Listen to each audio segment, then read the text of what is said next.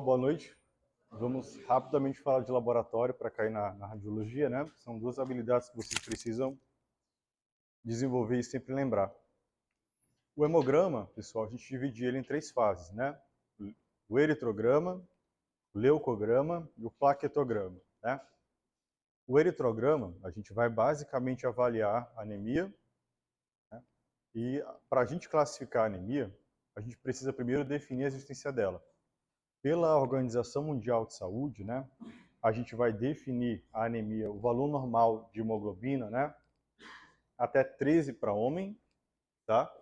12 para mulheres e 11, tá? Para idosos, gestantes e crianças. Então, para homem 13, mulher 12, 11, gestantes, crianças e idosos, tá? A gente considera hemoglobina, a anemia leve até 10, moderada até 7 e grave menor do que 7. Normalmente, isso já indica transfusão, tá? Então, a anemia leve, a gente nunca trata. A moderada, a gente vai repor concentrado de hemácia se eu tiver comorbidades como coronariopatia, tá bom? Ou se for sintomática. Normalmente o hepatopata e o nefropata, eles são mais sintomáticos. E grave, abaixo de 7, normalmente eu reponho sempre, salvo alguma contraindicação.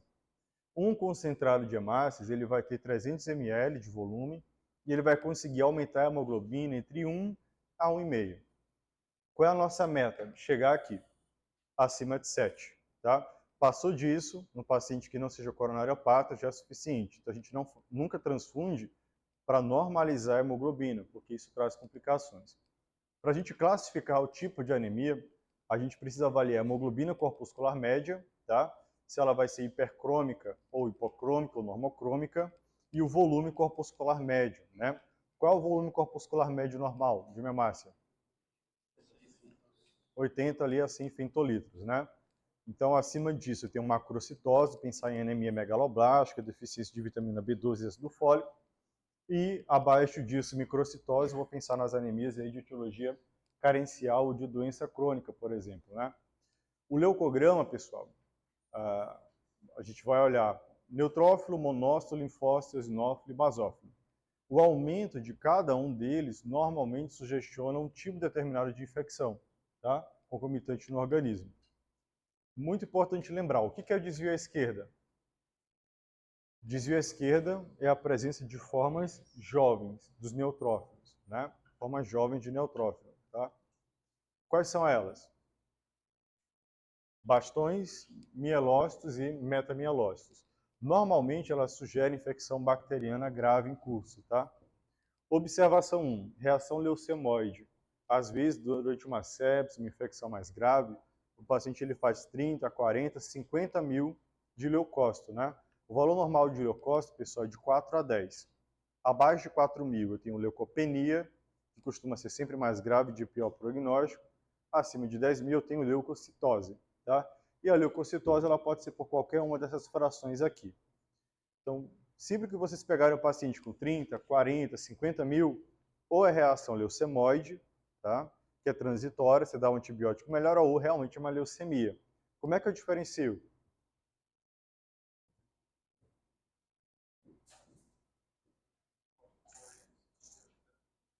Vocês vão encontrar na leucemia uma observaçãozinha bem embaixo, lá do hemograma, presença de blastos.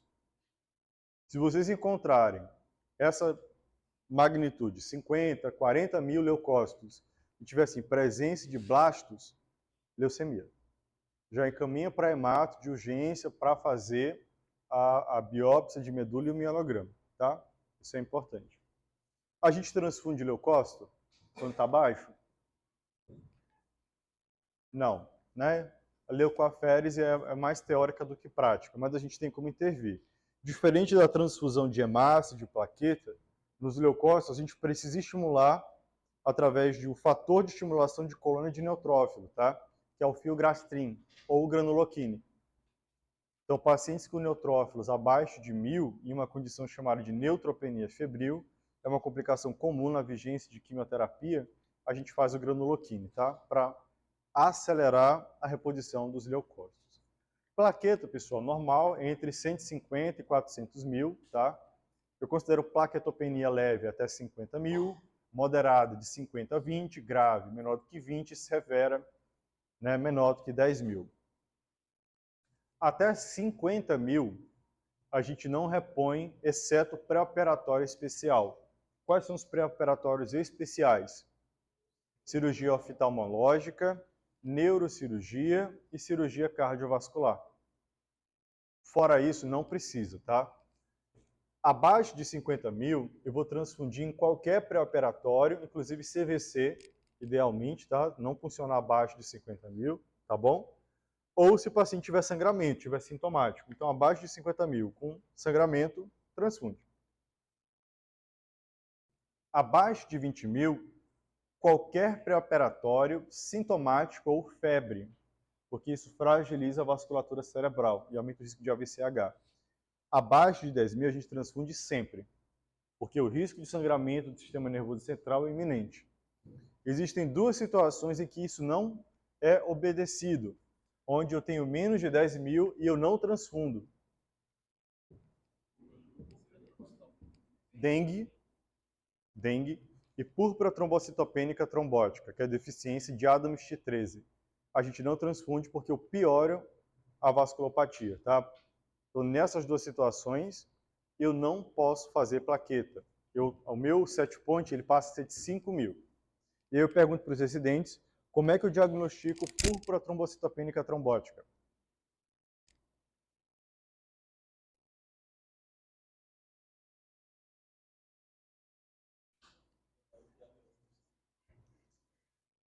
O distúrbio hematológico mais comum que vocês vão encontrar dentro da terapia intensiva e das enfermarias é a trombocitopenia, plaqueta baixa, que é um preditor de mortalidade independente, né?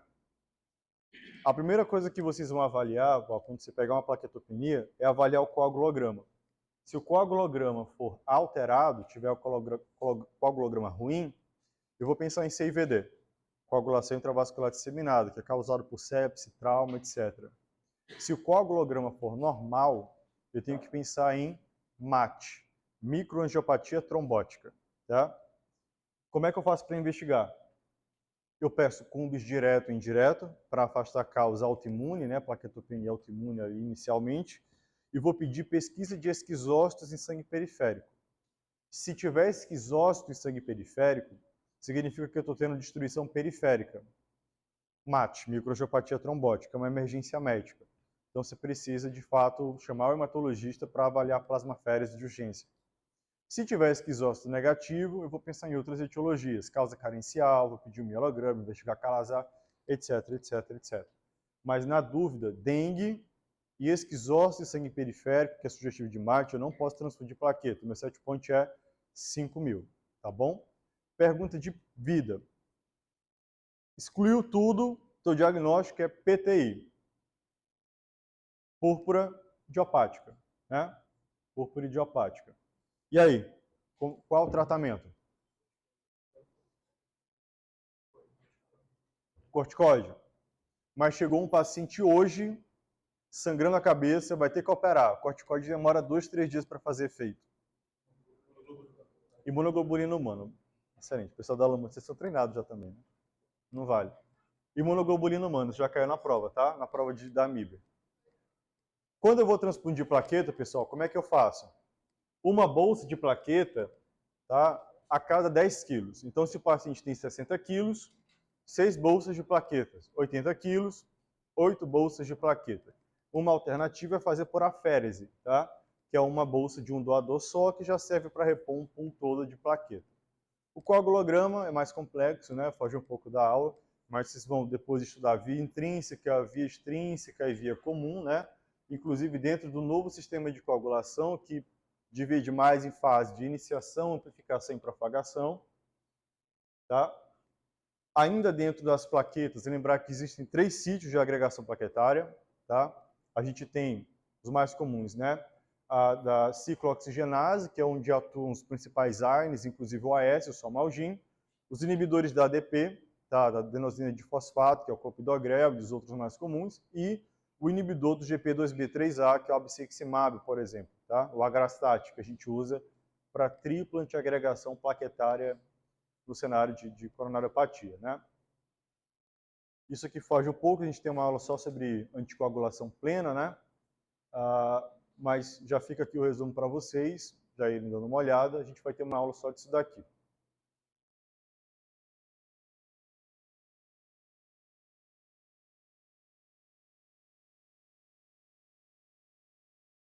Chegando na radiologia, tudo começou com Marie Curie, né, com o diagnóstico do rádio, né, teve desfecho trágico, mas ela descobriu a radiografia e como implantar isso numa placa com nitrato de prata. Tá?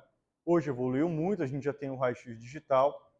O que a gente precisa avaliar numa radiografia de tórax, que é o que mais vocês vão avaliar, né, enquanto profissionais recém-formados e trabalhando nas emergências, nas UPAs, etc. Né?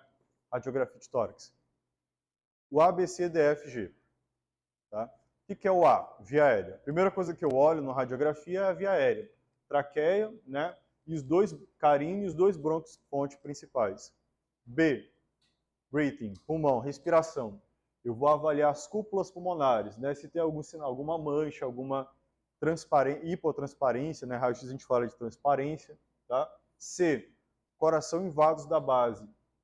Se eu tenho algum sinal de alargamento do mediastino maior que 8 centímetros, sugestivo de dissecção de aorta, ou cardiomegalia, etc. D, diafragma. Vejo se o seio costofrênico está bem agudo, ó. Vejo que ele faz uma pontinha. Se ele tiver desaparecido, eu digo que eu tenho um velamento de seio costofrênico, um derrame pleural. Tá? Esqueleto, como é que estão as clavículas, escápulas, as costelas e as vértebras, né? E por último, o que eu vejo? Fat, penúltimo, fat, né? F, gordura. Veja, ó, essa parte branca ao redor, se eu tenho bolhas de gás, no pneumotórax, por exemplo. E o último G, que são ghosts, sombras, né? Dispositivos, se o tubo está bem posicionado, se o CVC está bem posicionado, eletrodos, marca-passo, etc. Tá? Então é A, B, C, D, F, G da radiografia de tórax. Tá? É muito importante a gente avaliar, primeiro, a exposição. Isso aqui é do mesmo paciente, mas se ela estiver hiperpenetrada, ela vai sugerir que é um paciente com DPLC. E se ela estiver pouco penetrada, né, pode dar a impressão que o paciente tem uma pneumonia, quando na verdade não tem. Tá? Então, sempre avaliar a penetração da radiografia, sexo, para não confundir mamilo com tumor, tá?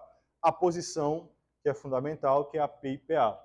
A P, pessoal, é antero-posterior, é o paciente deitado no leito, o técnico coloca a placa atrás dele e o raio-x incide assim, deitado.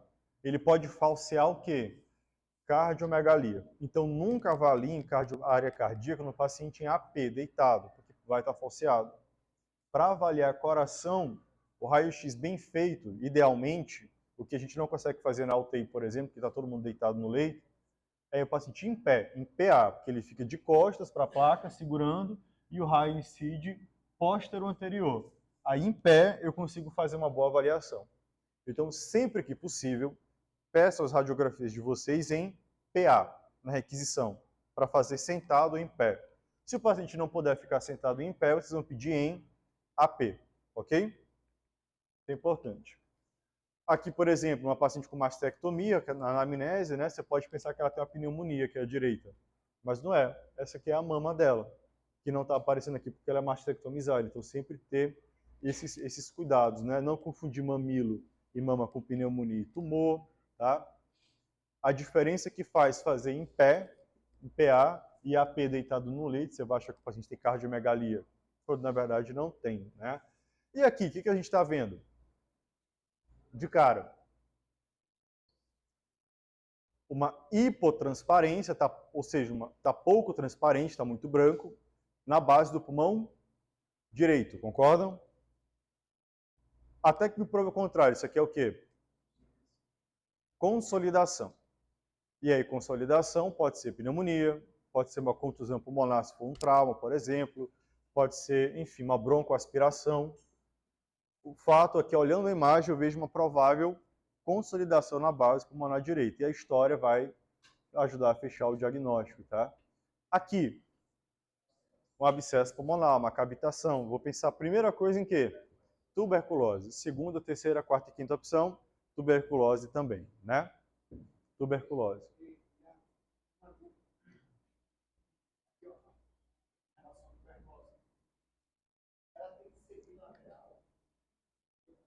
Quase nunca é.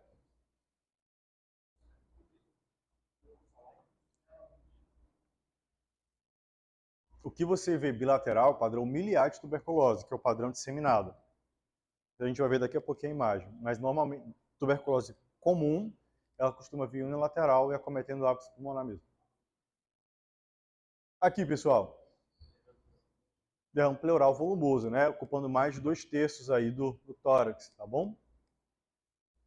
Aqui, consolidação, né? Na base do pulmão direito, beleza. Aqui, provável pneumonia médio e superior direito também, né? Isso aqui, pneumoperitônio, bolha gástrica, tá?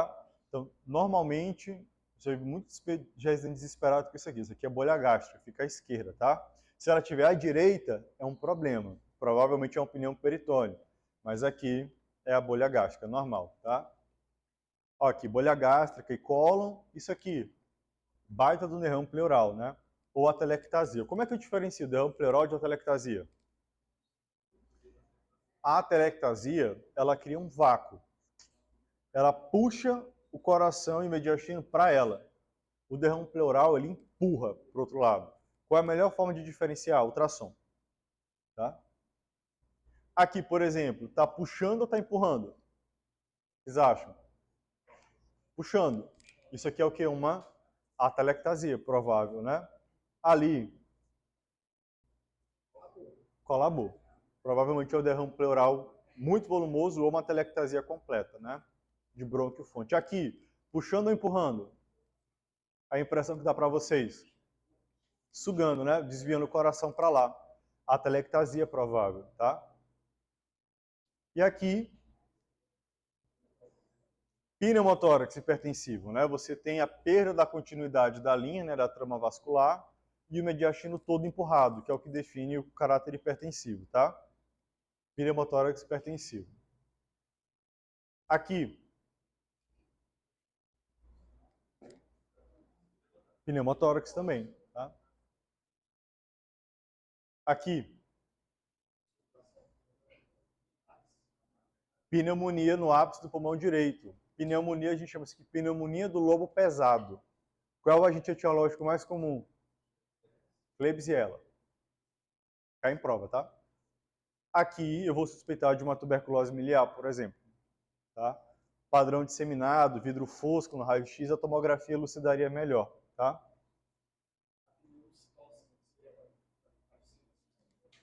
Padrão bilateral também, a tomografia acaba fechando melhor. Mas depende da história. Se chegar um paciente vítima de queimadura, no segundo dia evoluindo desse jeito, eu vou pensar em SARA. Chegar um paciente com SIDA, né, não tratado, e chegar com essa radiografia, eu vou pensar em pneumocistose, pneumocistose, pneumocistose, pneumocistose, pneumocistose. Demais. Aqui, hérnia diafragmática. Vocês vejam ó, que o conteúdo gástrico foi para dentro do tórax. Qual a principal causa? Trauma. Trauma fechado, normalmente, tá? Nessas situações aqui. E aqui, pneumotórax, né? Direita ou esquerda? Direito, né? E aqui, mesma imagem. Tomografia. Na tomografia do paciente, tá? A gente evoluiu para fazer de forma rotacional, tá bom? Em 360 graus, o tubo de raio-x de acordo com o referencial. E ele é lido de baixo para cima e invertido, por isso, né? Enquanto que radiografia a gente fala de transparência, hipo ou hipertransparência, aqui a gente está falando de unidades Hounsfield. A gente leva em consideração como linha zero água. Tudo que é mais denso do que a água, diferente de densidade, o que é mais denso a gente vai vendo mais branco. O que é menos denso a gente vai vendo mais preto. O que seria menos denso possível, que é o ar, menos 1000 unidades Hounsfield. Osso branco, 1000 unidades Hounsfield, tá? Por exemplo. E aí a gente vai vendo as diferentes densidades. Gordura, que é muito pouco denso. Gordura pretinho. Osso, branco. Conteúdo dentro do estômago, comida, mais denso, tá? Fígado, mais denso, um pouquinho. e aí você vai diferenciando. Se a gente for para a tomografia do crânio, a gente vai prestar atenção inicialmente na vascularização cerebral, nos territórios vasculares. Lembrar que o cérebro ele é irrigado por dois sistemas vasculares, um sistema anterior, que é carotídeo, e um sistema posterior, que é o vértebro-basilar, né? O sistema anterior, ele vai dar origem na cerebral média, direita e esquerda, e nas duas cerebrais anteriores, direita e esquerda. As duas vertebrais vão se unir para formar a artéria basilar, quando chegam no sulco bulbopontino, e lá se bifurcam depois para formar as duas cerebrais posteriores. E todas elas se interligam no polígono de Willis, tá? O fato é que a cerebral média irriga toda essa região aqui amarela, a posterior essa e a anterior essa daqui, tá? Como que eu avalio a tomografia de crânio? Primeira coisa, se está contrastado ou não, para ver se tem sangue. O sangue aparece branco na fase aguda, tá, da tomografia. E eu sigo esse mnemônico aqui, o ABCDE, tá? Avaliar a linha média, se ela está centralizada, se tem desvio de linha média. Desvios de linha média acima de 5 milímetros costumam ser cirúrgicos, tá? Seja tumor, AVC, cirúrgico. B, bleeding, sangramento. C, cisternas e ventrículos. D, lesão com efeito de massa, né, de empurrar, de deslocar. E o E, o esqueleto, tá? A ressonância é uma aula à parte, tá? Mas só para trazer para vocês, a ressonância ela avalia intensidade. Então, o raio-x ele avalia transparência, hiper ou hipotransparente. A tomografia avalia densidade, hiperdenso, isodenso, hipodenso. Ressonância avalia intensidade. E aí, se vocês forem estudar, vocês vão ver que o campo magnético ele promove um T1 e T2, que é o tempo de decaimento do próton após a hiperestimulação desse campo magnético, de 1, 2 teslas, né, dependendo da potência. E essa velocidade de decaimento gera as alterações de intensidade do sinal, que é o que é mensurado pelo aparelho de ressonância. Tá? Quando a gente vai ver a T1, ele é bastante anatômico. Ele realça bem o tecido, a anatomia do parênquima cerebral. Ele é bom para ver lesão, tá? Não tão agudo. Quando a gente vai para o T2, ele realça líquor. Fica um pouco ruim de ver, mas tem algumas patologias específicas que é melhor para ver em T2. Qual que é a melhor imagem para vocês, enquanto clínicos, avaliarem? Flare. Porque o flare ela é o T2 com supressão do líquor, então fica bem bonitinha a imagem. Qualquer coisa que seja lesão, tumor, isquemia, edema, vazou água, vocês vão ver no flare. Então, na prática, vai olhar uma ressonância de cara, pega o flare, eu quero ver a imagem em flare. Rapidamente vocês vão ver a lesão, tá? Fica bem definido. Existem algumas outras sequências que vale a pena vocês terem conhecimento. Por exemplo, a SWI. A SWI ela é usada para buscar deposição de hemosiderina, sangramento. Por exemplo, quando a gente vai avaliar LAD, lesão axial difusa, que são microhemorragias cerebrais, a SWI ela te mostra bem bonitinho os pontos de sangramento, as petecas no cérebro. Então ela investiga esse sangramento. E uma outra sequência que é muito importante do ponto de vista clínico para nós, vocês, enquanto protocolo de AVC, das UPAs, das emergências, é a sequência de difusão. Por quê? A sequência de difusão na ressonância ela é feita entre 15 a 20 minutos. Diferente de um exame todo que demora, às vezes, 1 hora, 2 horas para ser feito. Então, ela é muito rápida. E, além de ser rápida, ela te mostra um dado muito importante. Restrição à difusão de água, que acontece na fase hiperaguda do AVC. Então, nos pacientes que extrapolam janela de 4 horas e meia do protocolo de AVC, até 12 horas agora, pela nova recomendação, a gente pode fazer a ressonância na sequência de difusão para ver se tem o mismatch para trombolizar ou não. Tá? Então, é uma sequência que para nós é muito importante.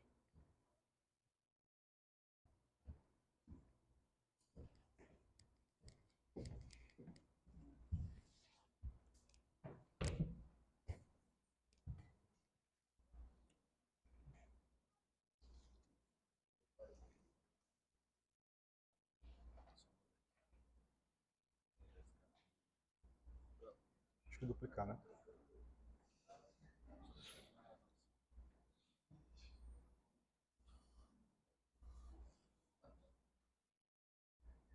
Pronto, então agora vamos vendo aqui algumas imagens, né? Aqui uma tomografia de crânio. Lembrar, pessoal, que a tomografia a gente olha invertido, tá? Então isso aqui é esquerda e isso aqui é direita, tá? É invertido, tá bom? Ó, vamos descendo. Pronto, chegamos aqui. Aqui a gente está vendo o quê? Vômer nasal, seio maxilar bilateral, né? A entrada aqui da base do crânio. Vamos subindo. Chegamos nessa altura. Que altura é essa daqui? Eu estou vendo os dois globos oculares, estou vendo aqui o nervo óptico, tá? A célula túrcica aqui, onde fica a hipófise, né? E já começo a ver as fossas cerebrais. O cérebro tem 3 fossas, uma fossa posterior, uma fossa média e uma fossa anterior. Aqui vocês estão vendo já as 2 fossas, ó, médias, com temporal, e a fossa posterior abrigando aqui o cerebelo, tá? E o quarto ventrículo. Se a gente for mais um pouquinho, cheguei nessa imagem. Essa imagem, Álvaro, é extremamente estratégica para nós, tá? Porque nessa altura eu consigo ver 2 coisas. Primeiro, o polígono, olha aqui a cerebral média direita. Estão vendo aqui? Isso é a cerebral média, tá? Direita e esquerda. E esse Mickeyzinho que vocês estão vendo aqui é o mesencéfalo. Por que essa estrutura é importante para nós? Vocês percebem que tem uma linha preta ao redor dela? Isso é líquor. O nome disso é cisterna perimesencefálica. Quando ela desaparece, quando eu perco a cisterna perimesencefálica, é um dos indicativos de hipertensão intracraniana grave. Tá? Isso denota evolução para morte encefálica se nada for feito. Tá bom? Então, perda da cisterna perimesencefálica. Mais um pouquinho, eu vejo outra imagem estratégica para nós. Eu vejo aqui os ventrículos laterais, eu vejo aqui a linha média bem centralizada, presença de bastante giro e sulco aqui disponível, vejo aqui a pineal calcificada e vejo aqui a região do tálamo com o putamen um pouco mais clarinho, bem tranquilo também. E vou subindo, plexo coroide bilateral aqui, que produz líquor. Nananana. Beleza. Agora vamos ver esse aqui.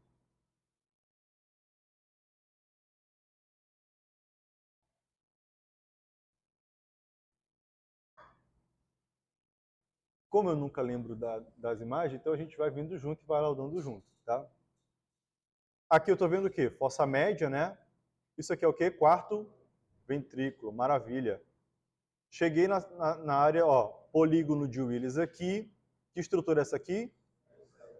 E a área ao redor? Tem hipertensão intracraniana grave? Não. Isso aqui é o quê?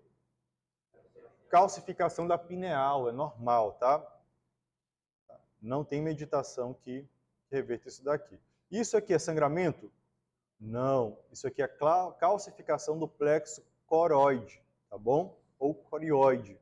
Isso é normal a partir dos 15 anos de idade, então isso não é sangramento.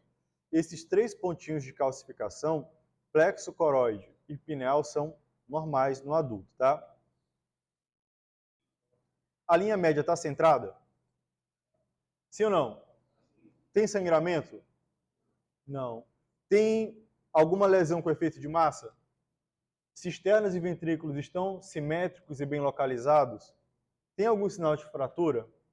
Tomografia aparentemente normal, para mim também. Beleza.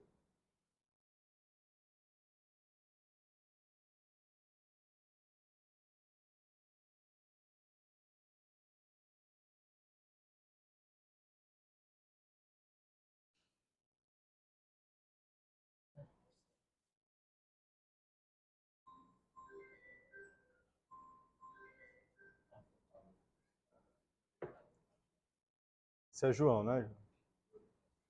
É João, sim. Aqui, ó, vamos lá.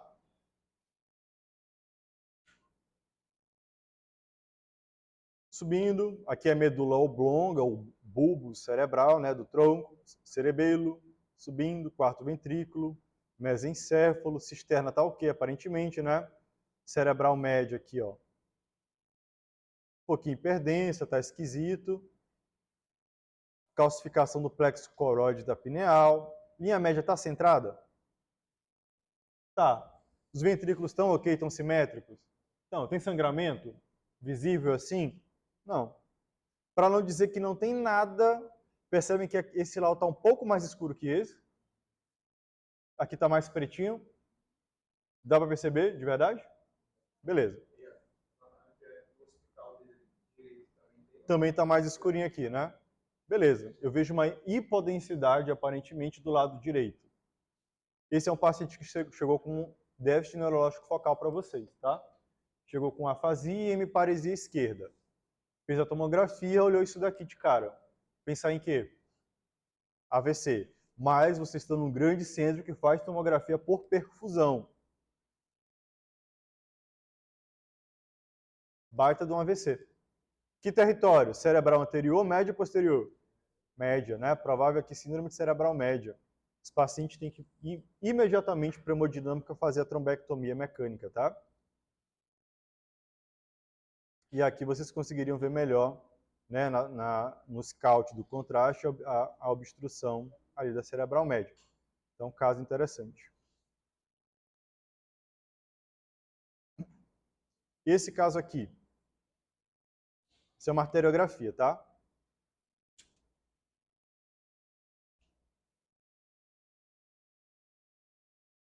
Jogou contraste de um lado, jogou contraste do outro.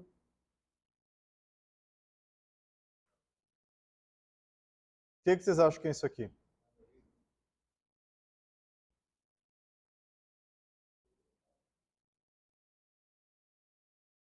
Tá normal? Bem bonitinho?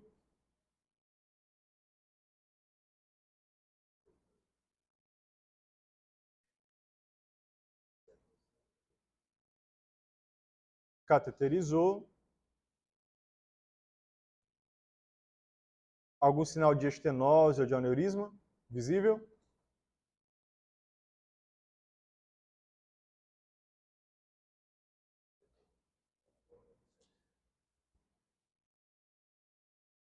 Olha essa imagem. Vocês acham que era para ter essa parada aqui? Esse stop?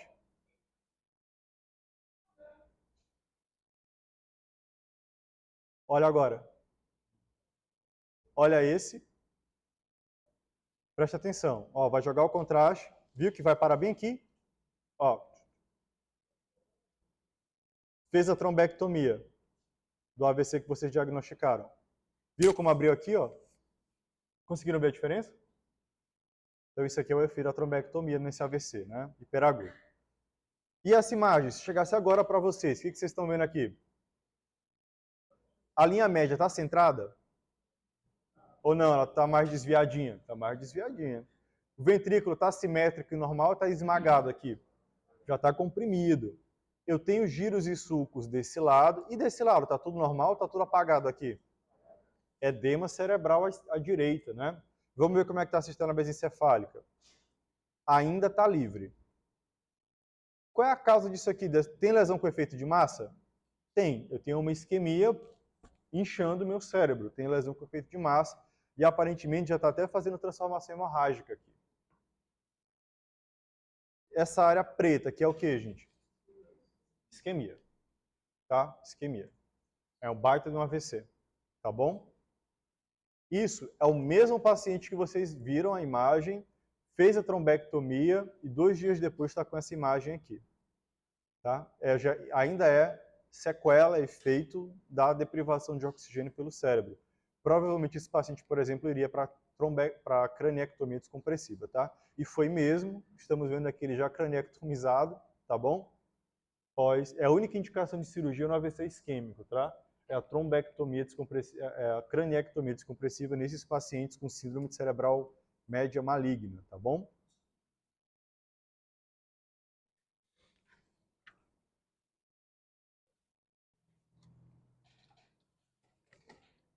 Aqui vocês percebem essa evolução.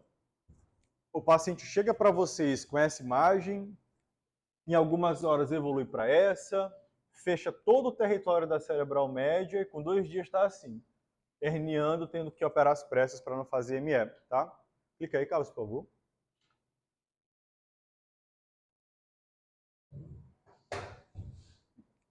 Eu vou passando.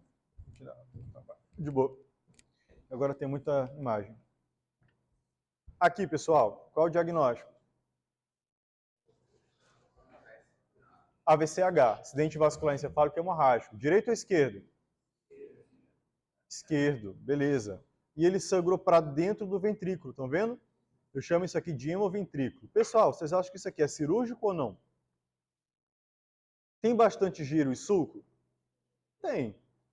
Desvio de linha média maior do que 5 milímetros aqui? Não. Como é que está a cisterna mesencefálica? Aberta. Tem hipertensão intracraniana grave esse paciente? Qual a conduta para ele, provavelmente? UTI, manejo do neurocrítico, UTI, manter pressão ali em torno de 140 de sistólica e acompanhar, tá? Não vai para cirurgia não, isso aqui.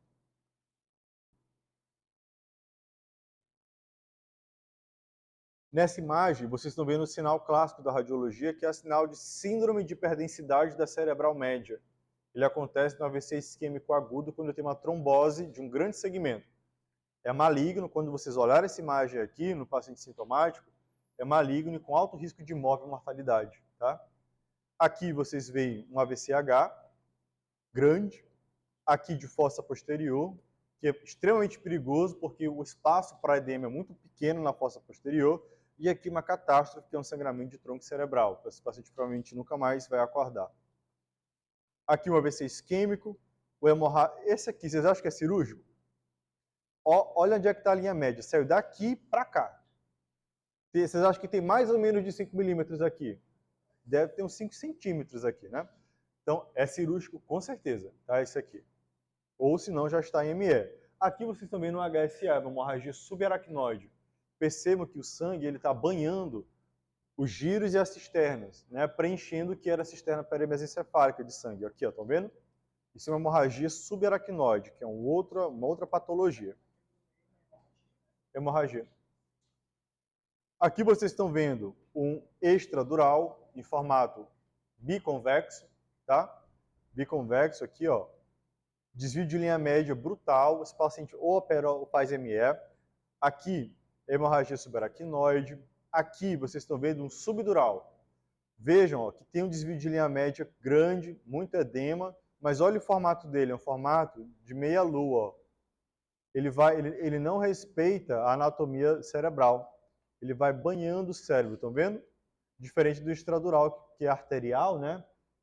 Fica assim, rombo. Esse aqui ele é bem lento, costuma ser mais lento e é venoso, né? Aqui vocês estão vendo múltiplas contusões cerebrais na fossa anterior, contusão difusa, tá? Edema generalizado e aqui também o outro subdural.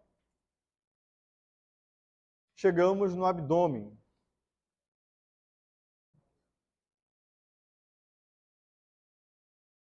Passando rapidamente as estruturas.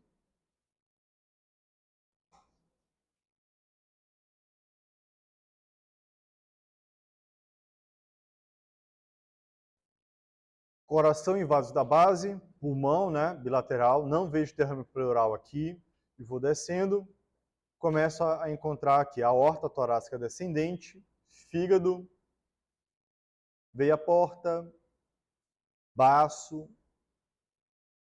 Na altura do pâncreas, ó, o pâncreas é essa tripinha bem aqui, ó, que vocês estão vendo? Ó, cauda e corpo do pâncreas, bem no nível dos dois rins aqui. Normalmente você encontra o pâncreas no nível dos rins, tá? Aqui os dois rins bem bonitinho. Começo a ver intestino delgado e grosso. Vou descendo. Isso aqui é o psoas, tá? Não é rim. Intestino, intestino. Psoas, psoas. Chego na pelve. Encontro aqui bexiga. Vai ser um útero. Sexo feminino. Vamos ver agora esse abdômen aqui.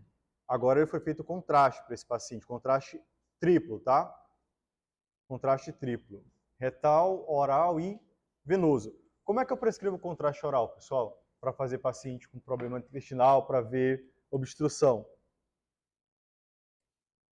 Como é que eu prescrevo? Vocês vão fazer 50 ml de contraste, pode ser o Telebrix, dificilmente vocês vão encontrar Ultravich, enfim, qualquer contraste iodado, diluído para 1000 ml de água mineral, e vocês vão ofertar por via oral ou pela sonda 100 ml por hora, até acabar o contraste. Quando acabar, pode descer para a tomografia, que já vai dar para fazer o exame, tá? O contraste venoso é feito por protocolo pela própria equipe de radiologia. O contraste interal são vocês que prescrevem, tá? Então aqui a gente já vê bem corado a aorta, coração, fígado, branquinho, estômago, ó, com contraste dentro do estômago, baço, os rins, ó, direito e esquerdo. Ó aqui o pâncreas bem melhor visto, tá vendo? Ó, o pâncreas bonitinho. Vesícula biliar. Eu vejo aqui melhor a aorta, ó, pequenininha, a cava inferior também, tá? Intestino com contraste. Bem aqui, ó, vejam que a aorta ela vai bifurcar agora, ó, no nível de L4. Ela vem, aorta abdominal, 1, 2, bifurcou. Tá vendo? Nas ilíacas comum, direita e esquerda. E vou descendo, descendo, descendo, descendo, descendo. Aí vejo ali o sigmoide, a bexiga do paciente. E ok. É assim que a gente vê o exame contrastado. Olhando alguns casos, já começou a dar problema, né? O que é que chama a atenção aqui de cara? Fígado. Coração está normal ou está grandinho para vocês? Grandinho, né? Parece estar com cardiomegalia, já não é um coração, já não é uma Brastemp. Quando a gente vai descendo, a gente vê que tem duas coisas muito estranhas aqui. Primeiro, vocês conseguem perceber que o fígado tem alguma coisa banhando ele aqui? Ao redor dele, isso é líquido, tá? Líquido pode ser água, sangue. O baço tá normal para vocês? Ou parece que ele explodiu? Vejam que o baço ele tá só uma maçaroca aqui, uma bola, uma gosma. Provavelmente esse paciente teve o quê? Trauma abdominal, o baço explodiu e está cheio de líquido, sangue banhando o fígado, hemoperitônio, tá? Vamos descendo aqui, ó. Realmente parece que o baço explodiu. Tá vendo que o baço tá feio, horrível aqui? Ó, líquido aqui, ó, sangue no caso, né? Os rins estão aqui, razoavelmente ok. Se a gente for para esse corte aqui, para o corte sagital, né? Olha, a aorta bem bonitinha aqui, ó, com a braquiocefálico, né? E realmente eu vejo que o baço explodiu. O baço está uma condição feia, né? E nesse plano aqui coronal, a gente realmente vê que o baço explodiu. Estão vendo? Ó, pedaço de baço normal, com hematoma ao redor do baço, fígado banhado em líquido. Esse paciente é cirúrgico, gente? Sim ou não? Preciso do radiologista? 2 horas depois me dá um laudo? Ou eu vou logo com o paciente, olho e chamo o cirurgião? É isso, né? Nesse aqui, vamos lá. Já chama a atenção que o paciente tem derrame pleural bilateral, estão vendo? Ó, líquido aqui na base dos dois pulmões, concordam? Não está legal, tem alguma coisa. Isso aqui é a telectasia por compressão. Fígado, tem alguma coisa ao redor do fígado? Tem líquido, beleza, pode ser ascite ou sangue, vamos lá. Baço, o baço tá bonitinho aqui, ó, tá vendo? Ó, isso é um baço bonitinho. Mas aqui eu tô vendo uma maçaroca, isso aqui, que era para estar pretinho a gordura, percebe que a gordura tá branca? A gordura branca a gente chama de densificação de gordura mesentérica. Isso é inflamação. Toda vez que vocês olharem a gordura que era para ser preta, branca ali ao redor de alguma coisa, é densificação. Pode ser ao redor do rim na pielonefrite, ao redor do fígado na hepatite, colecistite, ou ao redor do... Que estrutura é essa daqui? Pâncreas. Como é que a gente chama a inflamação do pâncreas? Pancreatite. Então, ó, olha o pâncreas aqui, ó, feio, todo molenga, e tudo borrado ao redor dele, ó, tudo inflamado. É uma das doenças mais graves de abdômen agudo e que matam rápido, tá? Se não for tratada bem, pancreatite aguda. Então, realmente Situação feia. Veja como o rim dele é feio, esse aqui. É só um cisto renal. Situação muito difícil para essa pessoa. Ah, é transplantado. É transplantado. Ó o rim na pelve aqui, ó. O rim pendurado na pelve, estão vendo? Esse paciente é transplantado de rim.